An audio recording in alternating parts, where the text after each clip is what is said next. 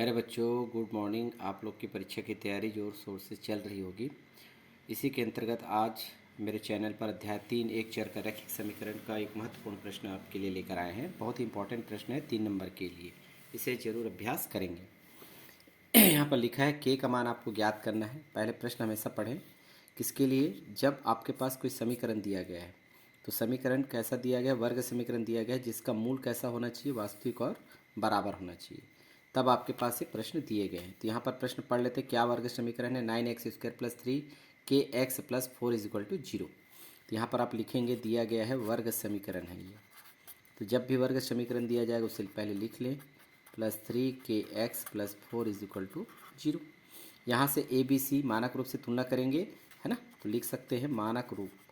मानक रूप क्या है वर्ग समीकरण का, ax² + bx + c = 0 से क्या करेंगे, तुलना करने पर ये लिखना पड़ेगा आपको।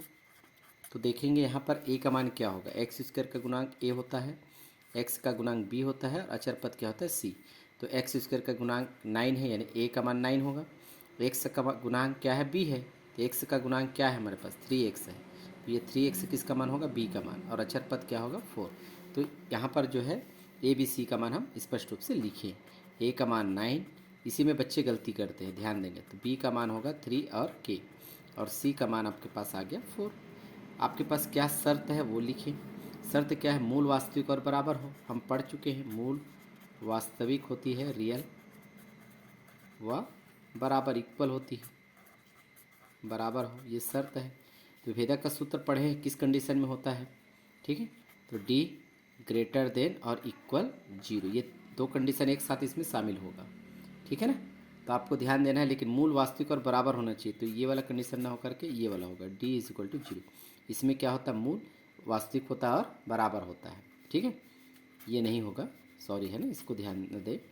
तो d = 0। तो d किसका सूत्र है, विभेदक का। तो d का वैल्यू क्या होता है, b² - 4ac = 0 के बराबर होगा। b, a और c का मान पुटअप करें। हमारे पास है b का मान क्या है 3 और k का स्क्वायर लिखेंगे, -4 का 4।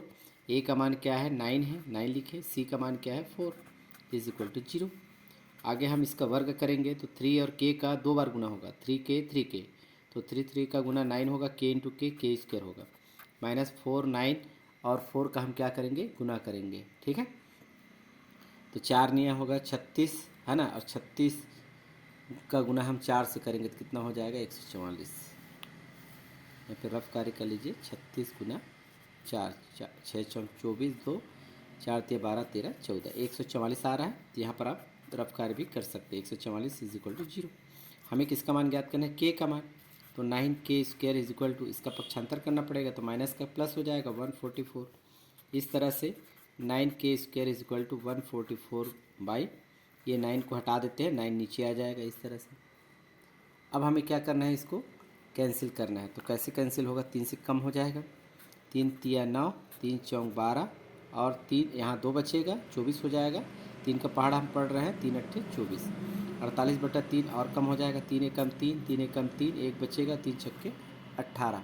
तो यहाँ पर हमारे पास वैल्यू क्या आ रही है, k² यहाँ पर आ गया 16। तो 16 किसका वर्ग होता है, क्योंकि k² है तो ये 4 का वर्ग होता है, ये प्लस और माइनस दोनों के साथ। तो वर्ग वर्ग क्या हो जाएगा, कट जाएगा। तो k का मान क्या प्राप्त होगा, +4 और -4, यही आपका आंसर होगा। इस तरह से आप इस क्वेश्चन को आसानी से बना सकते हैं।